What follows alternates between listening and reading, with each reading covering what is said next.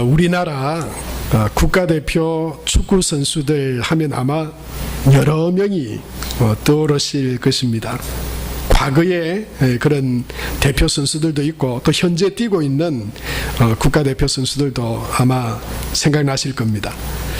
특별히 그 중에 여러분 기성용이라고 하는 축구 선수를 아마 대부분 아실 것입니다. 이 기성용 선수가 이번 월드컵에서는 주장으로 뛰었죠. 이 기성용 선수가 유명한 것은 축구도 잘하지만 그의 아내가 또 유명한 사람이죠. 한혜진이라고 하는 이 유명한 연예인과 서로 결혼을 했습니다. 무려 8년 차이를 극복하고 기성용이 8살 많은 게 아니고 한혜진이 8살이 많죠. 예. 보통입니까? 하여튼 그런 8살 차이를 극복하고 결혼을 했습니다. 두 분 다 아주 유명한 분들이죠. 그런데 연예인으로 축구 선수로 유명한 것도 있지만 이 두 사람은 아주 신실한 믿음의 사람들입니다. 특별히 이 기성용 선수가 우리나라 월드컵이 있을 그 당시에 기자들이 기성용 선수의 집으로 찾아가서 인터뷰를 했습니다. 광양이 그의 고향인데요. 광양의 금호교회를 그 부모님들이 섬기고 있었고 또 이 기성용 선수도 이 금호교회에서 신앙생활을 쭉 했습니다. 그의 어머니는 남영숙이라고 하는 권사님인데요. 그 옆에 꽃다발 들고 서 계신 저분이 어머니입니다. 기자가 인터뷰를 하자 먼저 이 남영숙 권사님이 어머니가 먼저 이 기성용 선수의 사인을 먼저 선물을 하나 했습니다. 기자에게. 그걸 선물하면서 이렇게 말을 했습니다. 우리 성용이는 사인을 할 때 항상 자기 사인을 한 뒤에 가장 윗부분에 Jesus, 예수님을 꼭 기록을 한다. 그 왜 이 위쪽에 지저스라고 쓰냐 그러니까 나보다 항상 주님이 높으십니다. 그런 믿음의 고백으로 이 사인을 지저스 예수님이라고 하는 그 사인을 한다고 그렇게 이야기를 했어요. 그리고 마지막 이 인터뷰가 끝나갈 즈음에 그 어머니 남영숙 권사가 이렇게 말했습니다. 모든 영광은 하나님이 받으셔야 합니다. 우리 성용이가 아무리 잘 돼도 교만하지 않고 언제나 하나님께만 영광을 돌리는 아이로 계속 성장해 갔으면 좋겠습니다. 그런 마지막 그 기도와 고백을 그렇게 인터뷰 기사에 남긴 것을 본 적이 있습니다. 여러분 이것은 비단 남영숙 권사님 한 분의 기도 제목이겠습니까? 이 땅에 살아가는 모든 신실한 믿음의 어머니들이 자녀들에게 다 그런 마음을 가지고 있을 것입니다. 뿐만 아니고 이 땅에 살아가는 모든 신앙인들이 나의 삶이 하나님께 영광이 되는 삶이 되고자 합니다. 그렇게 되기를 원합니다. 이것은 저와 여러분의 믿음의 그런 소원이자 고백이 아닌가 생각이 듭니다. 사랑하는 성도 여러분, 하나님께서 저와 여러분을 통해서 영광 받으시게 되기를 축복합니다. 하나님께서 여러분의 가정과 우리 교회를 통해서 더 큰 영광 받으시는 그런 복된 통로가 되길 바랍니다. 여러분의 직장과 기업이 하나님의 영광을 드러내는 그런 복된 통로가 되시기를 바랍니다. 여러분 오늘 우리가 성경에서 보는 이 요한복음 11장은 기적 이야기 같습니다. 우리가 대부분 신앙생활을 한 사람들은 대부분 알죠. 이 나사로가 무덤에서 살아났다. 그 기적 이야기 같습니다만은 그러나 그 말씀들을 읽어보고 묵상하면 그것은 단순히 기적의 이야기가 아니고 하나님의 영광이 나타나고 드러난 사건을 우리에게 보여주고 있고 하나님의 영광이 이렇게 해서 나타나게 된다, 드러나게 된다 우리에게 말씀해 주고 있습니다. 예수님도 지금 이 나사로가 병이 들어 죽게 되지만 그러나 그것은 하나님의 영광을 위한 통로라고 시간이라고 사건이라고 말씀하고 있습니다. 4절을 우리 다 같이 한번 읽겠습니다. 예수께서 들으시고 이르시되 이 병은 죽을 병이 아니라 하나님의 영광을 위함이요 하나님의 아들이 이로 말미암아 영광을 받게 하려 함이라 하시더라. 그렇게 말씀했습니다. 여러분 우리는 그냥 구호처럼 그렇게 말할 수 있습니다. 하나님께 영광, 하나님께 영광. 근데 여러분 하나님께 영광, 하나님이 영광 받으시는 것은 어떤 것을 의미하는 것입니까?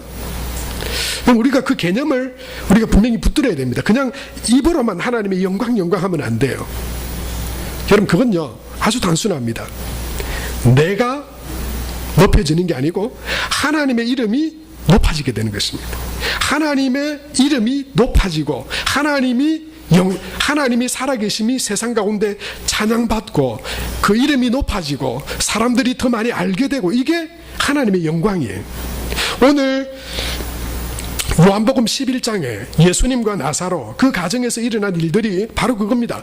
그 일들을 통해서 그냥 나사로가 살아났다 이게 아니고요, 그것을 통해서 하나님의 이름이, 예수 그리스도의 그 능력이 높여지고 나타나고 알게 되어졌다. 바로 그게 하나님의 영광이 나타나게 됐다고 하는 것이죠. 여러분, 예수 그리스도 안에 신실한 믿음의 사람들은 다 이런 마음의 소원들을 가지며 살아갑니다. 하나님의 영광이 나를 통해 세상 가운데 나타나게 되는 것을 원합니다. 그런데 여러분, 어떻게 하면, 어떻게 해야 우리를 통해서, 나를 통해서 하나님의 영광이 나타날 수 있습니까?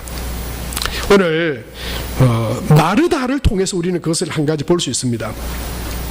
마르다는 예수님께서 마르다와 마리아, 나사로 이 가정을, 이 형제들을, 이 남매들을 사랑하시는 줄 알고 있었어요.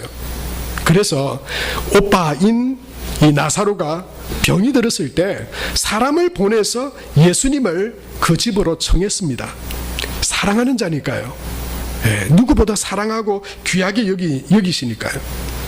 그래서 사람들을 예수님 있는 곳에 보냈는데 아주 심각한 병이었던 것 같아요. 왜냐하면 우리가 감기 몸살 정도로, 또는 조그마한 어떤 문제로 지금 아마 멀리 떨어져 계신 것 같아요. 예수님이 나사로가 죽은 지 나흘 만에 오셨어요. 그리고 우리가 유대로 가자 하실 때 사람들이 예수님께로 온 이틀을 더 머무시다가 나사로의 집 베다니로 가셨는데, 그게 가보니까 죽은 지가 나흘이 돼 있었어요. 그러니까 최소한 예수님이 있는 곳에서 그 나사로의 집까지 가는데 이틀 정도 걸리는, 그것보다 더 많이 걸릴 수 있는 그런 먼 거리에 있는 예수님께 이 마르다와 마리아가 사람을 보내서 나사로가 지금 오빠가 큰 병에, 어쩌면 생명이 위독한 그런 지경의 병의 위기 속에 있다, 이걸 알린 것 같아요. 여러분, 얼마나 마음이 간절했겠습니까? 조그마한 병이 아니에요. 아주 심각해 보입니다. 그런데 그렇게 사람들을 보냈는데 예수님이 오시질 않아요. 소식이 감감해요. 오늘 5절과 6절 읽진 않았지만 그 뒤에 이어지는 말씀에 보면 이렇게 기록되어져 있어요. 예수께서 본래 마르다와 그 동생 나사로를 사랑하시더니 나사로가 병들었다 함을 들으시고, 들으셨죠? 근데 그 뒤에 보면요, 바로 가셨다, 이런 말이 기록되어 있잖아요. 도리어 그 이야기를 듣고 이틀을 있는 곳에서 더 머무르셨다, 그렇게 말해요. 더 이틀을 있는 곳에서 유하셨다, 그렇게 말하고 있는 것입니다. 여러분, 마르다의 마음을 한번, 여러분 나의 처지다 생각하고 한번 마르다의 마음이 되어보세요. 지금 정말 다급해서 급하게 예수님을, 먼 곳에 계시지만 사람을 보내서 예수님 좀 와주시기를, 그래서 오빠를 좀 고쳐주시기를 청했던 거예요. 얼마나 조급하게 기다렸겠습니까? 오시지 않는, 언제 오시려나 상황은 더 나빠지고 나사로는 점점 더 그 병이 심해져 가는데 예수님을 오실 기미가 보이질 않아요. 점점점 불안함이, 답답함이 이 마르다와 마리아 속에 있지 않았겠습니까? 얼마나 애타게 예수님 오시기를 기다렸을까요? 얼마나 조급했을까요? 얼마나 간절하게 기다리고 또 기다렸을까요? 그런데 예수님은 오시지 않았어요. 우리가 성경을 통해서 보게 알게, 그렇게 기다릴 때 예수님은 그냥 이틀을 그곳에서 더 머무르셨어요. 여러분, 그런데 예수님에 대해서 마르다가 실망하지 않았어요.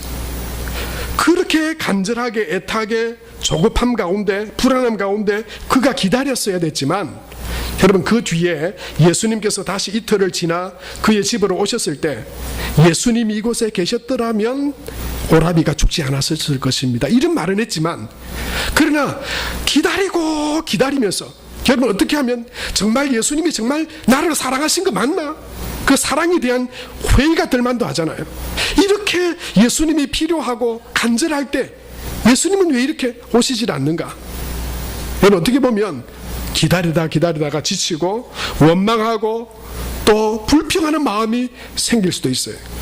예수님이 사랑했던, 나를 사랑한다고, 우리를 사랑한다고 말했던 그 사랑에 대한 회의감이 들 수도 있어요. 그리고 예수님 오셨을 때 불평을 쏟아놓았을 수도 있어요. 그런데요, 마르다는 그렇게 하지 않았습니다. 조급하고 불안하고 답답했지만, 그러나 오시지 않는 예수님에 대해서 그렇게 하지 않았습니다. 하나님을 믿고 기다려야 한다고 하는 것을 오늘 마르다의 모습을 통해서 우리가 볼 수 있습니다. 만약에 마르다가 원망하고 불평하고 그 하나님의 사랑에 대해서 회의하고 믿어봐야 별 수 없다, 그렇게 원망하고 불평하는 자리, 낙심하고 절망하는 자리에 빠졌더라면 그 뒤에 예수님을 통해 일어날 하나님의 영광은 그 가운데 나타나지 않았을 것입니다. 여러분, 하나님의 일이 하나님의 영광이 되도록 우리에게 주어진 그 시간들, 여러분, 금방 우리가 하나님 앞에 가지고 있는, 하나님께서 우리 삶 가운데 오셔서 역사해 주시기를 바라는 우리 각각의 마음의 소원들과 기다림들이 다 있습니다. 마치 마르다가 그 옷발을 고쳐주시기를 원하는 마음으로 예수님 오시기를 기다렸듯이, 그러면 우리들도 각각의 기다림을 가지고 하나님이 내 삶 가운데, 나의 기도 가운데, 나의 소망 가운데 임하여 주시기를 그렇게 기다리는 마음들이 있습니다. 그러나 그 시간들이 길어지고 또 주님이 더디 오신다 여겨질 때 우리 마음속에 실망하고 낙심하고 조급함이 생기고, 하나님께서 우리를 사랑하신다고 하는 그 사랑에 대한 회의감이 들 때도 있고, 어떤 때는 여러분 그냥 믿음을 던져버리고 내 힘으로, 내 방법으로 여러분 그렇게 우리가 일들을 할 수 있습니다. 기다리지 못하면, 그럼에도 불구하고 그 이틀을 믿음으로 기다릴 때 하나님의 영광이 나타나게 되는데, 기다리지 못하면 여러분 하나님의 영광이 나타나지 않는다고 하는 것이죠. 하나님을 믿으니, 예수 그리스도를 믿으니 그 기다림의 시간들이 길고 지루하고 또 그 기다림의 시간이 고통스럽다 하더라도 우리는 믿어야 합니다. 주님이 우리 삶 가운데 오시면, 하나님이 역사하시면 하나님의 영광이 나타나게 되리라. 그분이 지금 머물러 우리의 마음과 우리의 삶과는 전혀 관계없이 계시는 듯해 보일 그때에도 우리는 이렇게 여겨야 합니다. 주님이 지금 오고 계시는 중이다. 할렐루야. 주님이 지금 오고 계신 중이다. 주님은 결코 믿음을 외면한 분이 아니시다. 내가 서두르고 내가 조급하여서 기다리지 못하고 내가 해버리면 하나님의 영광은 나타나지 않습니다. 믿음으로 기다리고 인내함으로 기다릴 때 여러분 그 믿음과 기다림 가운데 주님이 오셔서 하나님이 우리 삶 가운데 나타나실 때, 그때 하나님의 영광이 우리의 삶을 통해서 나타나게 되는 줄로 믿습니다. 성경에 보면 기다리지 못해 멸망의 길을 걸어간 많은 사람들이 있습니다. 어떻게 보면 믿음은 기다리는 것이에요. 사무엘상 13장에 보면 사울 왕이 나옵니다. 그 사울 왕은 블레셋과의 전투를 하기 위해서 전쟁터로 나갔습니다. 미리 사무엘과 함께 전쟁을 하기에 앞서 하나님 앞에 예배를 드리고 전쟁에 나가기로 했습니다. 시간을 정하고 기다렸지만 사무엘이 오질 않았습니다. 그래서 사울은 흩어져 가고 용기를 잃어가는 그 이스라엘 군대들을 보면서 안 되겠다, 더 이상 기다리지 못하고 자기가 내가 그냥 해버렸어요. 왜냐하면 부득이하게 기다렸는데 오지 않고 사람들은 흩어져 가는데 어떻게 하겠습니까? 부득이하게 내가 해버렸습니다. 여러분, 부득이할 때는 부득이해 보이는 그 순간이 어쩌면 정말 믿음을 필요로 하는 시간이에요. 편안할 때는 믿지 않아도 다 흘러갑니다. 그러나 우리 삶에 정말 내 힘으로 할 수 없는 어려운 일들과 사건들이 우리 가운데 다가옵니다. 그때 내가 어떻게 행동하는가? 내가 정말 그때에도 하나님을 신뢰하고 믿음으로 하나님을 붙드는가? 하나님을 붙들면 영광이 나타난다고 그랬어요. 사랑하는 성도 여러분, 삶의 어떤 부분에서 우리는 다 예수님을 기다리는 사람들입니다. 예수님이 오셔서 우리의 모든 묶임이나 우리의 모든 눌림이나 우리의 모든 아픔이나 우리의 마음의 그 소원의 간구를 하나님께서 능력으로 인도해 주시기를 기다리는 사람들입니다. 여러분, 그 기다림이 때로는 너무 길어 보일 때도 있습니다. 그 기다림이 때로는 너무 고통스러울 때도 있습니다. 그러나 길고 어렵다고 원망하고 불평하면 거기에는 아무런 하나님의 영광도 은혜의 역사도 나타나지 않습니다. 기다리다가 지쳐서 내가 해버리면 나의 일들밖에 나타나지 않습니다. 그러나 믿음으로 기다려 주님이 우리 삶 가운데 오셔서 역사하실 때 죽음조차도 부활이 되는 그런 하나님의 놀라운 영광이 나타나게 될 줄로 믿습니다. 예레미야애가 3장 25절에는 그래서 무릇 기다리는 자에게나 구하는 영혼에게 여호와는 선을 베푸시는도다 말씀하셨어요. 여러분, 이 약속의 말씀을 붙들고 하나님을 믿기에, 예수님을 믿기에 믿음으로 인내함으로 기다려서 저와 여러분의 삶도 하나님의 영광을 드러내는 복된 믿음의 삶이 되시길 바랍니다. 아무리 다급하고 어려워 보여도 조급하면 불안에 사로잡혀서 내가 해버리면 하나님의 영광은 절대 나타나지 않습니다. 믿음으로 기다려 하나님의 영광을 드러내는 그런 마리아의 그 모습처럼 하나님의 영광을 드러내는 저와 여러분이 될 수 있게 되길 바랍니다. 또한 우리가 하나님의 영광이 어떻게 해서 드러나게 되는가? 마르다를 통해서는 조급하고 불안하고 아무리 그 시간이 길어 보여도 조급함으로 원망하고 불평하고 내 힘으로 하는 게 아니라 끝까지 믿음 가운데 서서 주님 오실 때를 기다릴 때 영광이 나타난다. 그것을 보게 되고, 또 한 가지는요, 제자들의 삶을 통해서 하나님이 하시는 하나님의 일과 영광은 어떻게 나타나는가, 그걸 우리가 볼 수 있습니다. 사실 이 제자들은 예수님의 이야기에 두 번 놀라게 됩니다. 놀랐다고 이야기는 안 되어 있지만 성경을 가만히 들여다보면 이 제자들은 두 번 놀랐어요. 그 첫 번째 놀람은 어디냐면, 아니 예수님이 그렇게 사랑하는 대상인 것을 제자들도 압니다. 나사로도 그렇고 마리아도 그렇고 마르다도 그렇고 저와 여러분들을 향한 예수님의 사랑도 너무나도 분명합니다. 사랑하시는 것을 알아요. 그 마르다가 그의 머리털 향유를 부어 예수님의 발을 닦인 그 여인이에요. 성경에 보면 그들을 예수님도 사랑하셨고 그들도 예수님을 사랑했던 사랑의 관계임을 말씀하고 있습니다. 그런데요, 그 사랑하는 대상인 나사로가 지금 죽을 병이 들었는데, 그래서 다급하게 사람을 보내서 좀 오셔서 고쳐달라고 그러는데 예수님은 냉랭하십니다. 아무런 행동을 하지 않았어요. 더군 한 걸음 더 나가서 이틀을 그냥 더 머물러 계시는 것입니다. 제자들이 예수님의 그 모습을 보고 놀랐을 것입니다. 알지 못하는 가난한 자들, 죄인들도 사랑하셔서 고쳐주시고 함께 거하시고 버림받고 외면받는 그들을 그냥 참아 넘어가지 못하시던 예수님이, 아니 그렇게 사랑하는 나사로가 병들어 죽게 됐다 그러는데 냉랭하신 거예요. 아니 예수님 왜 저러시지? 아마 제자들 사이에서는 속은 수근수근 그랬을 것입니다. 놀랐어요. 또 한 가지는 뭐냐면, 아니 그렇게 냉랭하시던 예수님이 이틀이 지나자 제자들에게 이렇게 말씀하시는 거예요. 자, 일어나서 가자, 유대로 가자, 베다니 나사로에게로 가자 그러시는 거예요. 아니 예수님 도대체 지금 뭐 하시는 겁니까? 제자들은 한편 예수님이 그냥 나사로의 소식을 들었지만 안 가셨을 때 마음이 편안했을 겁니다. 왜요? 얼마 전에도 그 유대에서 사람들이 예수님을 돌로 쳐 죽이려고 그랬거든요.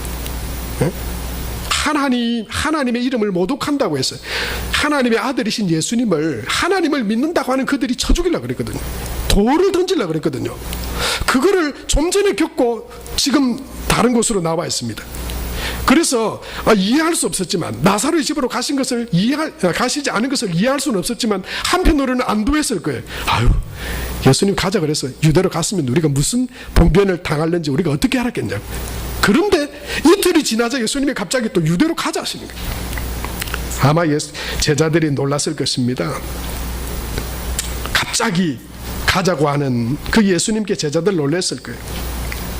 가면은 맞아 죽습니다. 예? 제자들의 그 말이, 제자들의 그 생각이 아마 맞는 이야기예요.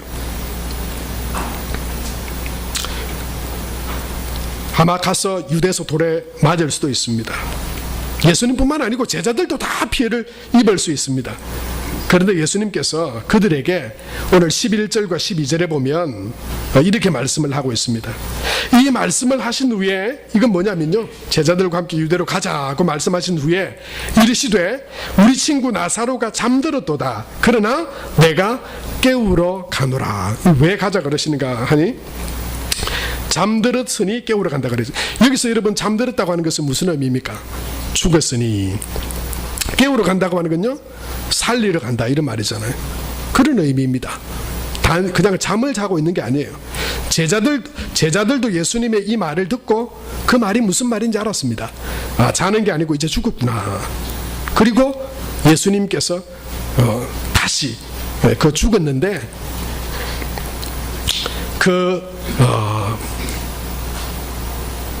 나사로의 죽음 가운데 가봐야 되겠다, 그런 말씀인 줄 알았어요.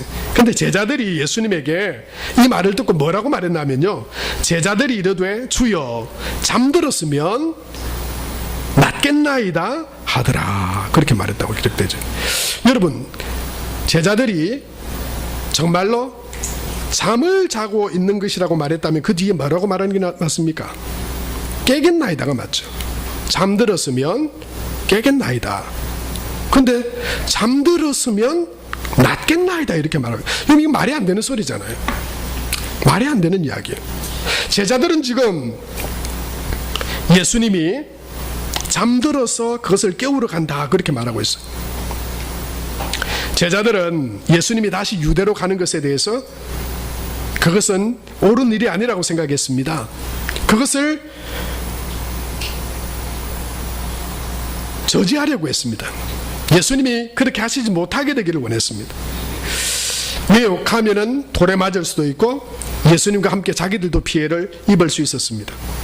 안 가면 좀 그냥 나사로가 그냥 그렇게 죽고 슬픔 가운데 있을지는 모르지만, 그러나 안 가면 예수님도 자신들도 피해를 입지 않을 수 있습니다. 돌에 맞지 않을 수 있습니다. 어려움 당하지 않을 수 있습니다. 그래서 육신을 위해서 육신이 이끄는 대로 살면 좀 더 살 수 있고, 좀 더 편안하게 살 수 있고, 좀 더 누리면서 살 수 있을지 모릅니다. 그러나 여러분, 중요한 것은 하나님의 영광은 없다고 하는 것입니다. 육신의 생각대로, 아니 거기 가면 우리 돌 맞습니다, 거기 가면 우리 힘들어집니다, 우리 명 짧아집니다, 우리 육신의 고통이 옵니다. 그래서 안 가는 게 맞습니다. 안 가면요, 그거 안 당할 수 있습니다. 육신적으로는 더 편안하게 지낼 수 있습니다. 그러나 중요한 것은, 그러면 하나님의 영광은 나타나지 않는다고 하는 거예요. 육신을 따라 살면 하나님의 영광은 나타나지 않습니다. 그러나 육신이 아니라 영을 따르고 하나님의 말씀을 따르면 거기에 하나님의 영광이 나타나게 됩니다. 여러분, 이 제자들이 잠들었으면 낫겠나이다, 이 말도 안 되는 소리를 왜 합니까? 육적으로는 알아요. 육적으로 고통이 오는 건 압니다. 이렇게 하면 육신이 힘들고 삶이 고달파진다고는 건 알아요. 그런데 영적으로는 하나님의 영광은 어떻게 나타나는지 몰라요. 그러니까 말도 안 되는 엇박자인 이야기를 하고 잠들었으면 낫겠나이다. 이게 무슨 말이에요? 여러분, 성경은 육신의 만족을 따라가는 삶에 대해서 성경은 우리에게 이렇게 말씀합니다. 요한일서 2장 16절 말씀에 보면 이는 세상에 있는 모든 것이 육신의 정욕과 안목의 정욕과 이생의 자랑이니 다 아버지께로부터 온 것이 아니요 세상으로부터 온 것이라. 그렇게 말했습니다. 세상으로부터 온 것이 뭐 그래 나빠. 그냥 세상에 육신으로 사니까 세상으로부터 있지. 그런데 다른 이야기예요. 로마서 8장 7절에는 그것에 대해서 좀 더 이렇게 구체적으로 말씀하는데요. 육신의 생각은 하나님과 원수가 되나니 이는 하나님의 법에 굴복하지 아니할 뿐 아니라 할 수도 없음이라. 그렇게 말했습니다. 여러분, 그냥 육신대로 산다고요? 세상 가운데 그냥 하나님 모른 채 산다고요? 그건 하나님과 원수된 채 살아가는 거예요. 네? 하나님을 두기 싫어하는 마음은 자기가 하나님 자리에 앉아 있는 거예요. 그건 하나님과 원수된 거예요. 여러분, 그래서 육신대로 사는 것을 미워하지 마십시오. 그걸 정당하다고 말하지 마십시오. 우리는 육신대로 살도록 부름받은 사람이 아닙니다. 육신대로 살면 우리 생활은 좀 나아질 수 있어요. 남보다 돈 좀 더 벌 수 있습니다. 생명력 좀 더 길게 나갈 수 있습니다. 좀 더 좋은 차에 넓은 차 탈 수 있습니다. 그러나 하나님의 영광은 없습니다. 그 끝은 멸망입니다. 로마서 8장 13절에는 우리에게 이렇게 말씀하고 있습니다. 우리 다 같이 한번 읽겠습니다. 너희가 육신대로 살면 반드시 죽을 것이로되 영으로서 몸의 행실을 죽이면 살리니. 이게 우리가 붙들고 나가야 될 삶이에요. 육신대로 살면 반드시 죽습니다. 이 죽음은 영적인 죽음이에요. 그러나 영으로 살고 하나님의 성령을 따라 살고 하나님의 말씀을 따라 살아갈 때 그 가운데 하나님의 영광과 우리 가운데 주는 기쁨과 참된 은혜가 그 가운데 있다고 하는 것이죠. 사랑하는 성도 여러분, 저와 여러분 우리 모두 어느 누구도 이 자리에 예배하는 사람들 중에 육체를 가지고 있지 않는 사람은 없습니다. 우린 다 육체에 속했습니다. 그러나 육체에 속했다고 하는 것이 육신대로 살아도 된다고 하는 말이 아닌 것을 우리 기억해야 돼요. 육신을 가지고 살아가지만 우리는 육신이 이끄는 대로 육신의 만족과 쾌락을 위해서 살아가는 사람들이 아니라 예수 그리스도 안에서 거듭나서 성령과 하나님의 말씀을 따라 하나님의 영광을 위하여 살아가도록 부르심 받은 사람들이 성도요 하나님의 백성인 것을 믿으시기 바랍니다. 여러분, 제가 이렇게 아무리 말해도 거듭나지 않은 사람은 이 이야기가 아주 허황되게 들릴 거예요. 아유, 목사님 무슨 말하나? 목사님 돈 없이 한번 살아보셨어요? 에? 세상에서 육신적으로 정말 어렵게 한번 살아보시고 정말 육신이 아니라 영을 따라 살아야 된다고 말씀하시는 거예요? 그렇게 말할 수 있어요. 어떤 사람요? 거듭나지 못한 사람들. 아직도 거듭나지 못한 사람들은 하나님의 나라가 시시해 보일 겁니다. 야, 하나님 나라는 있을지 없을지도 모르고 먼 나라 이야기고 지금 우리 앞에 내가 어떻게 살아가야 되느냐, 현실이 중요하잖아. 아마 그렇게 여길 거예요. 천국 이 땅에서나 잘 살아라. 이 땅에서 그렇게 여길 거예요. 영생과 구원 그건 모르겠다고 말할 수 있어요. 어떤 사람요? 거듭나지 못한 사람은. 여러분, 그런 사람들에게 영적으로 눈이 열려지지 않은 사람에게, 하나님의 나라를 보지 못하는 사람에게 하나님의 나라와 하나님의 영광과 구원과 천국은 허황된 이야기처럼 들려질지 모르겠어요. 현실의 문제에만 집착하게 될 것입니다. 왜요? 영적인 눈은 어두워져 있으니까요. 하나님의 나라를 보지 못하니까요. 그래서 오직 보는 육의 눈으로만 살아갈 것입니다. 육만 추구할 것이. 사랑하는 성도님, 그래서 우리가 하나님의 자녀로서 하나님의 영광을 위해 살아가기 위해서는 반드시 영적인 눈이 열려져야 됩니다. 하나님의 나라를 보는 눈이 열려지게 되기를 축복합니다. 그래야 우리가 그것을 허황된 것이 아니라 정말 그것이 본질이고 세상에 있는 것들은 다 변하지만 하나님은 변치 않으시는 진리신 하나님이시고, 우리가 거할 곳은 이 땅은 나그네요, 하나님의 나라가 영원한 하나님의 우리에게 주시는 천국이요. 그래서 이 땅 가운데 그 하나님의 나라를 우리가 위하여서 하나님의 영광과 하나님의 뜻을 따라서 순종하며 살아갈 수 있을 것입니다. 어떤 사람요? 거듭난 자가, 영적으로 눈이 열린 자가 그렇게 살아갈 수 있습니다. 시편 119편 18절에는 그래서 이렇게 말씀해요. 내 눈을 열어서 주의 율법에서 놀라운 것을 보게 하소서. 여러분, 육신은 눈만 떴다고 우리가 다 보는 것도 아니에요. 우리는 영적인 존재들입니다. 하나님을 보고, 하나님의 나라를 보고, 정말 진리를 보고 그것을 쫓아 나아갈 수 있는 저와 여러분이 될 수 있게 되길 바랍니다. 게하시와 엘리사의 이야기를 우리가 압니다. 엘리사가 있던 그 성에 아람 군대가 그들을 다 포위해버렸습니다.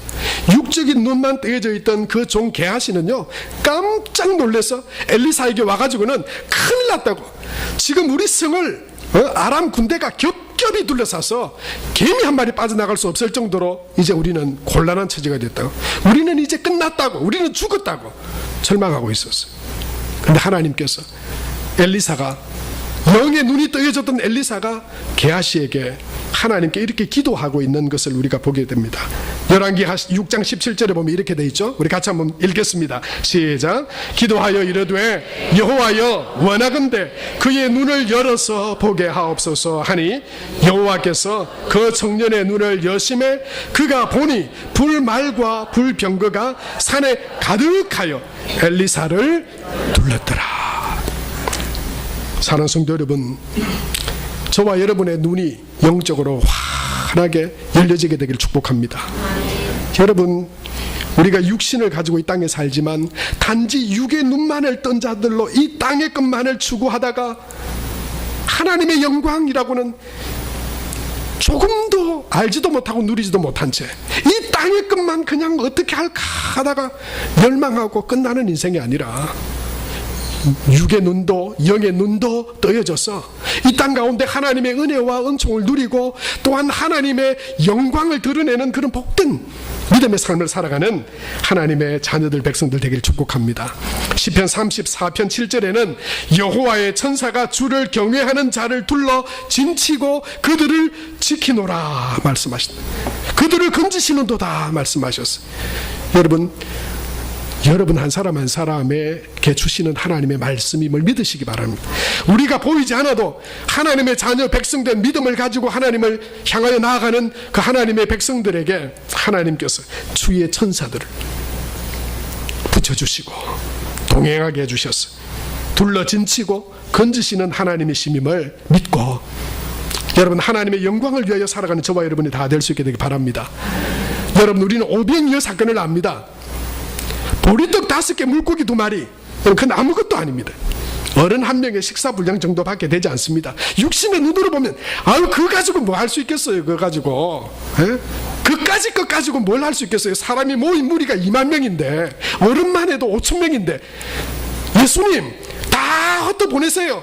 다 보내서 각자 알아서 먹고 돌아오게 하세요. 너희가 먹을 것을 주라. 가진 거는 보리떡 5개, 물고기 2마리밖에 없는데요. 육신의 눈만으로만 보면 해결할 수 있는 방법이 없어요. 그러나 있는 그것을 주님 손에 올려드리고, 예수님께 능력이 있습니다. 우리는 약하고 우리가 가진 것이라고는 이것밖에 없습니다. 주님 손에 올려드릴 때 예수님 손에서 2만 명이 먹고 12광주리가 남게 되는, 장정 5천 명이 먹는 그런 놀라운 기적이, 하나님의 영광이 그 가운데 나타나게 된 줄로 믿습니다. 여러분, 육신의 눈으로 우리 자신을 보지 마세요. 육신의 눈으로만 우리의 자녀들을 보지 마세요. 육신의 눈으로만 우리 가정과 교회를 보지 마세요. 그것으로는 할 게 없습니다. 할 게. 우리가 뭘 할 수 있겠어요? 육신의 눈만 뜨고 보면 하나님의 영광은 나타나지 않습니다.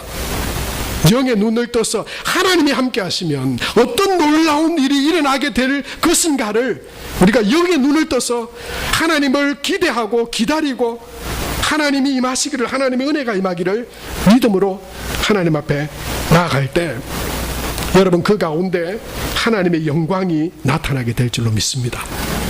저와 여러분의 삶이, 또 가정과 우리 교회가 그런 하나님의 영광의 통로와 하나님의 기쁨이 되시기를 축복합니다. 마지막으로 우리가 어떻게 영광이 드러나게 되느냐, 영광의 본체이신 예수님을 통해서 하나님의 영광이 온전하게 드러나고 나타나게 되는 것을 봅니다. 비록 마르다와 나사로는 고통 가운데, 나사로가 살아있을 때 예수님 오시진 않았습니다. 이틀이라고 하는 그 시간을 고통 가운데 지내다가 예수님을 기다리다가 결국 나사로는 죽을 수밖에 없었고, 그리고 마르다와 마리아는 그 오라비의 죽음을 눈앞에 두고 볼 수밖에 없었습니다. 그러나 그것이 예수님이 더 이상 사랑하지 않는다라고 하는 말이 아닙니다. 예수님은 여전히 그들을 사랑하고 계셨습니다. 고난 가운데, 고통 가운데 있는 그들을 사랑하고 계셨습니다. 예수님이 나사로의 무덤 앞에 오셨을 때 예수님이 우셨습니다. 예수님이 그들의 그 가련한 모습들을 보시고 우셨어요. 그리고 예수님께서 그들로 이틀을 기다리게 하셨지만 그것은 능력이 없어서거나 또는 그들을 사랑하지 않음이 아니라, 사실은요, 우리가 4절에서 읽었던 것처럼 그것의 이유는, 결론은 딱 하나입니다. 하나님의 영광을 나타내시기 위해서.